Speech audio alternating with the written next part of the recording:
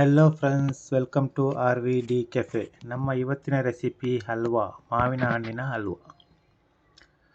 ಮಾವಿನ ಹಣ್ಣಿನ ಸೀಸನ್ ಇದೆ ಇವಾಗ. ಚೆನ್ನಾಗಿ ಹಣ್ಣಾಗಿರೋ ಒಂದು 2-3 ಮಾವಿನ ಹಣ್ಣು ಇದ್ದರೆ ಸಾಕು, ಒಳ್ಳೆ ಮೈಸೂರು ಪಾಕ್ ಥರ ಸಾಫ್ಟ್ ಆಗಿರೋ ಹಲ್ವಾ ಮಾಡ್ಬೋದು. ಬನ್ನಿ ವಿಡಿಯೋ ನೋಡೋಣ. ಅಷ್ಟರಲ್ಲೇ ನೀವಿನ್ನೂ ನಮ್ಮ ಚಾನೆಲ್ ಸಬ್ಸ್ಕ್ರೈಬ್ ಮಾಡಿಲ್ಲ ಅಂದರೆ ಸಬ್ಸ್ಕ್ರೈಬ್ ಮಾಡಿ, ಸಪೋರ್ಟ್ ಮಾಡಿ. ಈಗ ಒಂದು 2-3 ಚೆನ್ನಾಗಿ ಹಣ್ಣಾಗಿರೋ ಮಾವಿನ ಹಣ್ಣಿನ ಸಿಪ್ಪೆ ತೆಗೆದು ಮಿಕ್ಸಿಗೆ ಹಾಕಿ ನುಣ್ಣಗೆ ಪೇಸ್ಟ್ ಮಾಡ್ಕೋಬೇಕು. ಆದಷ್ಟು ನಾರು ಕಡಿಮೆ ಇರೋ ಮಾವಿನ ಹಣ್ಣು ಸೆಲೆಕ್ಟ್ ಮಾಡ್ಕೋಬೇಕು. ನಾರು ಕಡಿಮೆ ಇರೋಷ್ಟು ಹಲ್ವಾ ತುಂಬ ಸಾಫ್ಟಾಗಿ ಸಿಗುತ್ತೆ ನಮಗೆ. ಮಾವಿನ ಹಣ್ಣಿನ ಪೇಸ್ಟ್ ರೆಡಿ ಆದರೆ ಮತ್ತೆ ನಮಗೆ ಬೇಕಾಗಿರೋದು ಕಸ್ಟರ್ಡ್ ಪೌಡ್ರು. ಇದು ಎಲ್ಲ ರೇಷನ್ ಅಂಗಡಿಗಳಲ್ಲೂ ಆರಾಮಾಗಿ ಸಿಗುತ್ತೆ. 35-40 ರೂಪಾಯಿಗೆ 100 ಗ್ರಾಮ್ನಷ್ಟು ಪ್ಯಾಕೆಟ್ ಸಿಗುತ್ತೆ ಇದು. ಈಗ ಒಂದು ಮಿಕ್ಸಿಂಗ್ ಬೌಲ್ಗೆ ಅರ್ಧ ಕಪ್ ಅಂದರೆ 125 ಗ್ರಾಮ್ನಷ್ಟು ಕಸ್ಟರ್ಡ್ ಪೌಡ್ರ್ ಹಾಕಿ ಅರ್ಧ ಲೀಟರ್ ನೀರಿನಲ್ಲಿ ಚೆನ್ನಾಗಿ ಮಿಕ್ಸ್ ಮಾಡ್ಕೋಬೇಕು.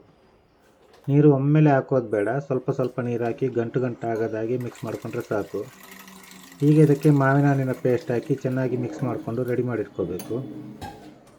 ಇನ್ನು ನಮಗೆ ಬೇಕಾಗಿರೋದು ಒಂದು ನಾನ್ ಸ್ಟಿಕ್ ಪ್ಯಾನ್ ಇಲ್ಲ ಸ್ವಲ್ಪ ದಪ್ಪ ತಳ ಇರೋ ಪಾತ್ರೆ, 250 ಗ್ರಾಮ್ ಸಕ್ಕರೆ, ಏಲಕ್ಕಿ ಬಿಡಿ, ಸ್ವಲ್ಪ ತುಪ್ಪ, ಚಿಟಿಕೆ ಉಪ್ಪು. ಈಗ ನಾನ್ ಸ್ಟಿಕ್ ಪ್ಯಾನ್ಗೆ ಮಾವಿನ ಹಣ್ಣು ಮತ್ತು ಕಸ್ಟರ್ಡ್ ಪೌಡ್ರಿಂದ ಮಾಡಿರೋ ಕ್ರೀಮ್ ಹಾಕಿ ಅದಕ್ಕೆ 250 ಗ್ರಾಮ್ ಸಕ್ಕರೆ ಹಾಕಿ ಸಕ್ಕರೆ ಕರಗೋವರೆಗೂ ಮಿಕ್ಸ್ ಮಾಡ್ಕೋಬೇಕು.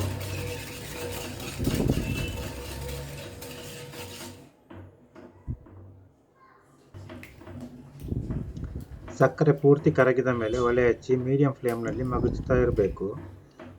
ಪೇಸ್ಟ್ ಚೆನ್ನಾಗಿ ಬಿಸಿಯಾಗಿ ಕುದಿ ಬರೋಕ್ಕೆ ಶುರುವಾಗುವಾಗ ಸ್ವಲ್ಪ ಏಲಕ್ಕಿ ಪುಡಿ ಸೇರಿಸ್ಕೋಬೇಕು.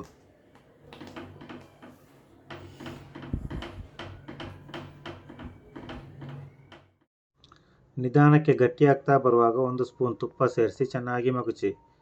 ಕೈ ಬಿಡದೆ ಮಗುಚ್ತಾ ಇರಬೇಕು.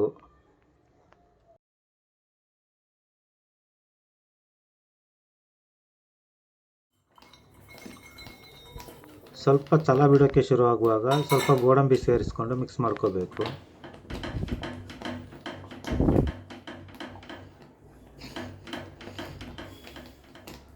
ನಂತರ 1 ಸ್ಪೂನ್ ತುಪ್ಪ ಹಾಕಿ ಚೆನ್ನಾಗಿ ಮಗುಚಬೇಕು.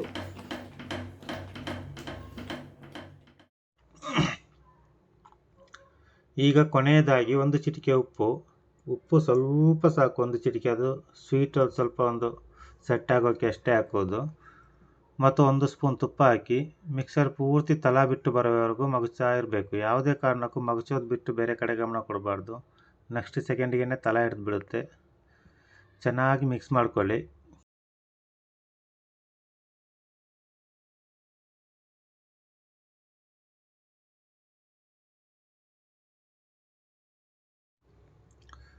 ಈಗ ನಮ್ಮ ಮಿಕ್ಸರ್ ಪರ್ಫೆಕ್ಟಾಗಿ ರೆಡಿಯಾಗಿದೆ. ಈ ಥರ ಮಗುಚ್ತಾ ಇರುವಾಗ ರಬ್ಬರ್ ಥರ ಫೀಲ್ ಕೊಡ್ತಾ ಇದೆ ಅನ್ನುವಾಗ ಒಲೆ ಆಫ್ ಮಾಡಿ.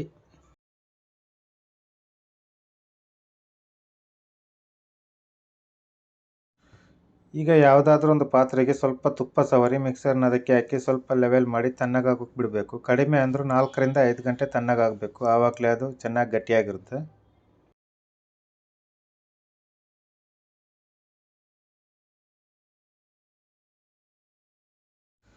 ನಾನೀಗ ಇದು ರೆಡಿ ಮಾಡಿ 5 ಗಂಟೆ ಆಯಿತು. ಪೂರ್ತಿ ತಣ್ಣಗಾಗಿ ಗಟ್ಟಿಯಾಗಿದೆ. ಈಗ ನಿಮಗೆ ಬೇಕಾದ ಹಾಗೆ ಕಟ್ ಮಾಡಿ. ಹಲ್ವಾ ತುಂಬ ಮೃದುವಾಗಿ ಪರ್ಫೆಕ್ಟಾಗಿ ಬಂದಿದೆ. ತುಂಬ ಮೃದು ಮತ್ತು ಸಿಹಿಯಾದ ಮೈಸೂರು ಪಾಕಿನ ಥರ ಮಾವಿನ ಹಣ್ಣಿನ ಹಲ್ವಾ ಬಾಯಲ್ಲಿಟ್ಟ ಕೂಡಲೇ ಕರಕುವುದು. ವಿಡಿಯೋ ಕೊನೆವರೆಗೂ ನೋಡಿದ್ದಕ್ಕೆ ಧನ್ಯವಾದಗಳು. ಈಗ ಮಾವಿನ ಹಣ್ಣು ಬೇಕಾದಷ್ಟು ಸಿಗ್ತಾ ಇದೆ. ನೀವು ಮಾಡಿ ನೋಡಿ, ಅಭಿಪ್ರಾಯ ತಿಳಿಸಿ. ಈ ಮಾವಿನ ಸೀಸನ್ ಮುಗಿಯೋಕ್ಕೆ ಮುಂಚೆ ಬೇರೆ ಯಾವುದಾದ್ರೂ ಮಾವಿನ ಹಣ್ಣಿನ ರೆಸಿಪಿ ಇದ್ದರೆ ವಿಡಿಯೋ ಕೆಳಗಡೆ ಕಮೆಂಟ್ ಮಾಡಿ ಹೇಳಿ. ಮರೆಯದೆ ಚಾನೆಲ್ ಸಬ್ಸ್ಕ್ರೈಬ್ ಮಾಡಿ, ಸಪೋರ್ಟ್ ಮಾಡಿ. ವಿಡಿಯೋ ಇಷ್ಟ ಆದರೆ ಶೇರ್ ಮಾಡೋದಕ್ಕೆ ಮರಿಬೇಡಿ. ಹೊಸ ರೆಸಿಪಿಯೊಂದಿಗೆ ಮತ್ತೆ ಸಿಗೋಣ. Thank you.